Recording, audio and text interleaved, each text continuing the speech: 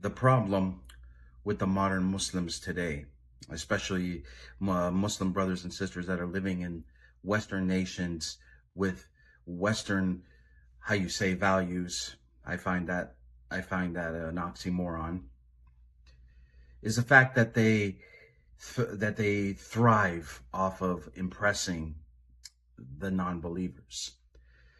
The problem that I have with the Muslims today is especially the fact is they have become secularized. They become secularized. They start to do things that many outside the faith would do, and they would go along with it, and then they become turning into that. And that is a huge problem, especially in our ummah, where we adhere to our values, we adhere to our salat, we adhere to our aqidah. And unfortunately,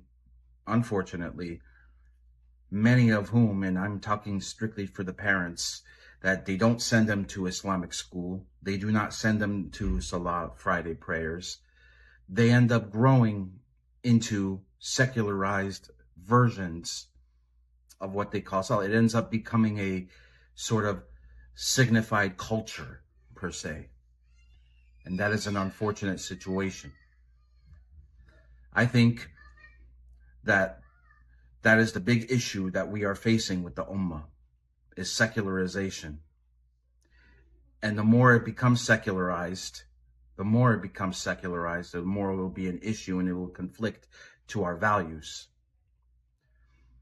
They end up being very into the Western ideas. They're getting into buying the fancy cars, buying the fancy clothes. The women especially end up wearing revealing clothing. This is the issue. And yet they say they are Muslims, or they end up having children after. They'll just end up saying, oh yeah, my family background is Muslim. And therefore they don't even follow our 5 pillars. They don't even follow the deen. They can't even recite even the simplest of surahs. That is the problem.